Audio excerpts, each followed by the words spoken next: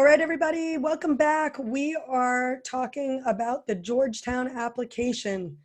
There's a decent amount of writing on this application, so we wanted to run through it with you. And joining me is literally the perfect person in my office to do so. And that's Lauren Randall, who is a former admissions officer at Georgetown. And the application hasn't changed one little bit since Lauren worked at Georgetown, at least to the best of my knowledge. Hi, Lauren, how are you? Doing well. And I will also say I'm a Georgetown alum, and I don't think the application changed from when I applied. Yeah, I was mocking before the break about the fact that Georgetown is not on the Common App, and I encourage them to get with the program, but also was applauding the fact that at least now you can apply online, which you couldn't do until relatively recently. So, and we should probably also add, right, that the Dean of Admissions, when I applied to college, was the same as when you applied to college, is currently the Dean of Admissions. So if anyone's wondering why things have not changed, that's probably one reason. Anyway, could be. Okay, so we want to talk about the Georgetown application and primarily all the writing, but I also think it's interesting or important for our readers or listeners, you're not reading this, you're listening, for our listeners to know a little bit about how the process works, because I think that will help. So can you set the stage for us in terms of how applications are read at Georgetown? Sure. So it's super interesting because I don't know of any other college that does it this way. So Georgetown is broken up into 4 schools. We have the College of Arts and Sciences, School of Nursing and Health Studies, Walsh School of Foreign Service, and the McDonough School of Business. So you don't apply to Georgetown. You apply to one of these 4 schools. Now, there are other universities out there that you're read kind of by department or maybe have some influence. Georgetown, it absolutely is that when your application goes to committee, you're being read for that school and in that school context. So you have an admissions officer on that committee, but you also have a current student, Georgetown student from that school. You have a current professor from that school and a current dean from that school, all with an equal vote. That, I don't know of any other school that does it that way. It is really unusual. Okay, sorry, what were you saying? And I think that's important to know only because people come at it with a different perspective. It was so interesting as an admissions officer to hear the student say, oh, I'd really want to be a roommate with that kid. Or the professor saying, I really want that student in my classroom. So the different perspective, it adds a nuance to it. Nothing that you have control over, right. But definitely understand that school choice on the application is critical. Right, absolutely. I think that's really good context. I also think the idea that you can't control it, and because you have so many different people, you cannot write for any of those people. You have no idea who you're going to get. You just need to do your best work and stay true to yourself. Be you. I got to wear my glasses because I need to read these out. But the first, and the way I think about it, the main essay for Georgetown is, the question is this: as Georgetown is a diverse community, the admissions committee would like to know more about you in your own words. Please submit a brief essay, either personal or creative, which you feel best describes you. What is your advice here? Do not write a new essay. This is your Common App essay. Yes. I can't tell you how many students have said, oh, and wrote a totally new essay, a Georgetown essay, when they could just use their Common App essay. And I can tell you as an former admissions officer at Georgetown, that is what I expected. I did not expect something tailored to Georgetown for this space. That is your Common App essay. Yes. Easy. Done. Easy, done. And this is what I do when I'm working with my students and they have Georgetown on their application list. They're like, oh, I got to write. I'm like, yep, that's your Common App essay. That's done. So that's the easiest part. It's done. It's written. Okay. Next one. Briefly discuss the significance to you of the school or summer activity in which you have been most involved. And this is about 150 to 250 words. At least that's what I tell my students to do. I don't know if you have different advice there. Yeah, so, and this is not all that different. I think there's several colleges that want to see something about an activity or have this similar supplement. So this does not need to be tailored, again, specifically to Georgetown, especially in the limited word count. You don't need to say, it being all about mock trial and then go on and on about what you're going to do at Georgetown mock trial. If maybe there's a connection, you want to throw some, if you can fit it. But again, this does not need to be tailored. I do think, if it can relate to your school of choice or potentially your major, there might be an opportunity there. But again, it doesn't have to. So if you want to write about mock trial, but you want to go on and be a doctor, instead be pre-med, that's okay. So, you don't have to force something that doesn't come naturally to you to make it fit.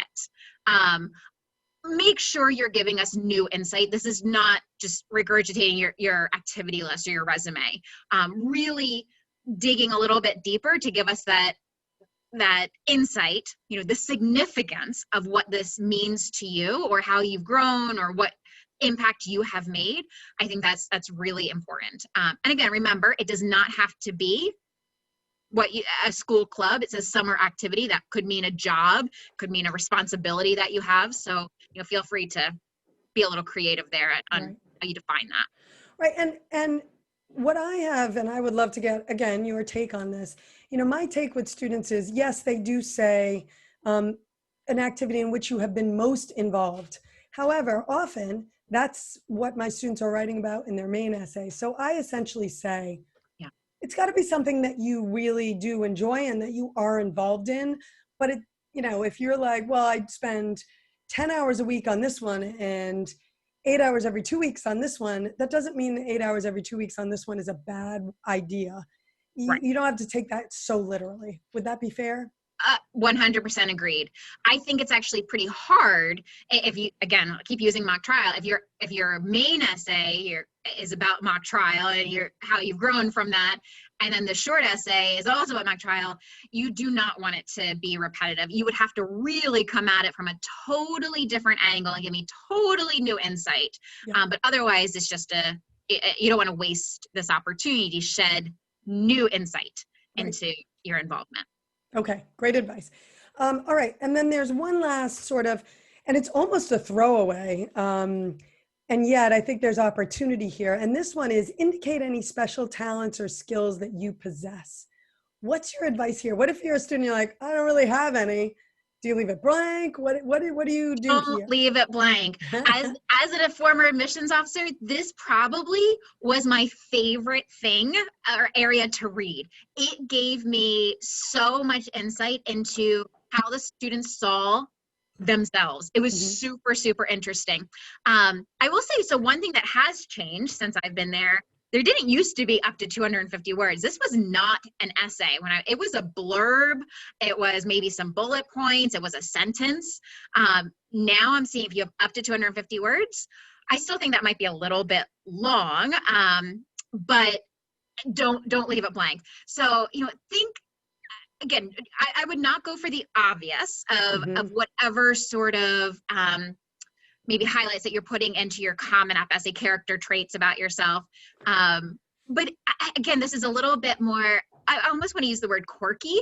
So something I just would not know at all. And it can be, I think one of my favorite ones, the student gave me just a couple of sentences and they said, I've perfected the art of the handshake. And it was just really interesting. And it actually told me that the student was very conscious of that connection with people and what they wanted to say about themselves. It was super interesting. So if you are the best chocolate chip cookie baker, great. It doesn't have to be academic. It does not have to be serious. If it's quirky, that's fine. But if you are also really nerdy and you're a gemologist, cool. Tell me about that. Right. I once had a student write about how she was a trivia machine and kind of shared some little bits of arcane trivia that, by the way, were also super interesting. And it was so good because it was unlike what many people will write and was very truthful. She really was a trivia machine. And she also, I learned something. I always think it's good when you learn something. So, not everyone can have fun with it because not everyone writes that way or is that kind of person. But I love your advice on this one. Don't leave it blank. There's something you can write there. We all have our own little things that we're good at. Maybe you're really good at, you know, loading the dishwasher so that you could fit every last thing in there and maximize the space. You would be admitted to my household for sure. Exactly. So have fun with that. Yeah. Okay. Now come to, those are all important, obviously, but you're not writing anything new for the main Georgetown essay. You're going to use an essay either for the Common App or for that other application. You're going to write about an activity. You're going to write about a skill. Now comes to the individual college. Each of them have their own prompt. Yeah. So let's start with Georgetown College. Mm-hmm. And their prompt is, what does it mean to you to be educated? How might Georgetown College help you achieve this aim? And then it says applicants to the sciences and mathematics or the Faculty of Languages and Linguistics should address their chosen course of study. So what's your advice on this one? Well, first of all, that second part, when they highlight math and science or languages and linguistics, I actually think that throws students off a little bit, because if you are applying to, let me back up just for a second. You apply to the College of Arts and Sciences, if that's your chosen school, but you're also indicating your intended major. You are not roped into it. You can change your mind, but they are asking for your area of interest. So when students say, well, I'm not applying to math or science, or I'm not applying to language and linguistics, they feel that they don't need to comment on why I am interested in government or why I am interested in history. They still should, right? We're trying to better understand your areas of interest and how you're going to pursue that. This is a Why Georgetown essay. Yeah. But I think the first part, what does it mean to be educated, is huge. And so this will be interesting advice, because I said, be true to yourself, be authentic. You can't write for what you're expecting the admissions officer or the student to want to see from you. However, you are writing for Georgetown, and you should probably know what Georgetown College, what their opinion is of what it means to be educated. I would go immediately to their mission statement. Find some piece of that jives with you, because they are telling you in their mission statement what they think it means to be educated. And a lot of that has to do with social justice and addressing challenges and responsibilities in the light of being free. Deep stuff. Yeah. Is there something there that you connect with? Because that might resonate really, really well. If there's nothing in there that connects with you, maybe you're applying to the wrong school. Good point. And which is part of the point of these essays, right? Trying to connect what your goals are, what's important to you, with the mission of the school. Yes. So I would say go look up the mission statement, but I also think it's really important, and this is for all 4 schools, but the college in particular, is to know about their core requirements. This, I can tell you firsthand, as a Georgetown applicant, I had no idea I had to take a science course. I was not happy about that as a college student there. I should have known. So my understanding of what it means to be educated, I didn't do my homework there, because Georgetown College is very clear. They have a robust core curriculum that no matter what major you are, you're going to take that course. So if you write all about being educated means to pursue whatever I want and I have no restriction, that's not true. That is not true at Georgetown. They will tell you a long list of courses that areas that you must take. Got it. So I think that's important too. Okay. All right. I just looked at our time. We have been chatty, so I want to make sure that we can talk and offer tips for each of the next 3. Okay. So we have about probably literally less than a minute for each. All right. School of Nursing and Health Studies. Describe the factors that have influenced your interest in studying healthcare. Please specifically address your intended major. Sure. So they only have a couple majors in that school, so that should not be hard to narrow it down. Here's my big piece of advice. Don't write this essay only about wanting to be a doctor and going to med school, and that's what a lot of students focus on. They talk about their future career and wanting to be a doctor, and that's great, But the purpose of applying to the nursing and health studies school at Georgetown is to spend 4 years there.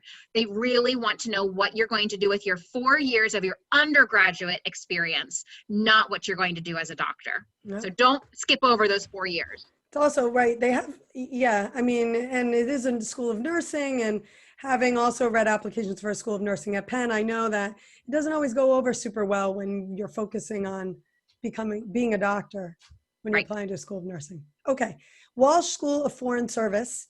Briefly discuss a current global issue, indicating why you consider it important and what you suggest should be done to deal with it quickly. Yes. So this does not have to be a why Georgetown essay. And in fact, it's not. You should not be writing all about what you're going to study at Georgetown. You should think of this as a policy memo to the president. Lay out the situation briefly, what he or she needs to know, what you both sides of the issue, what you suggest, why it's important, and what you suggest to do about it. Period. It does not need to be personal, and it does not need to be why Georgetown, and it does not even need to be connected to what you want to study. This is a very different response. All right. Very interesting. Okay. Last one, 30 seconds. McDonough School of Business.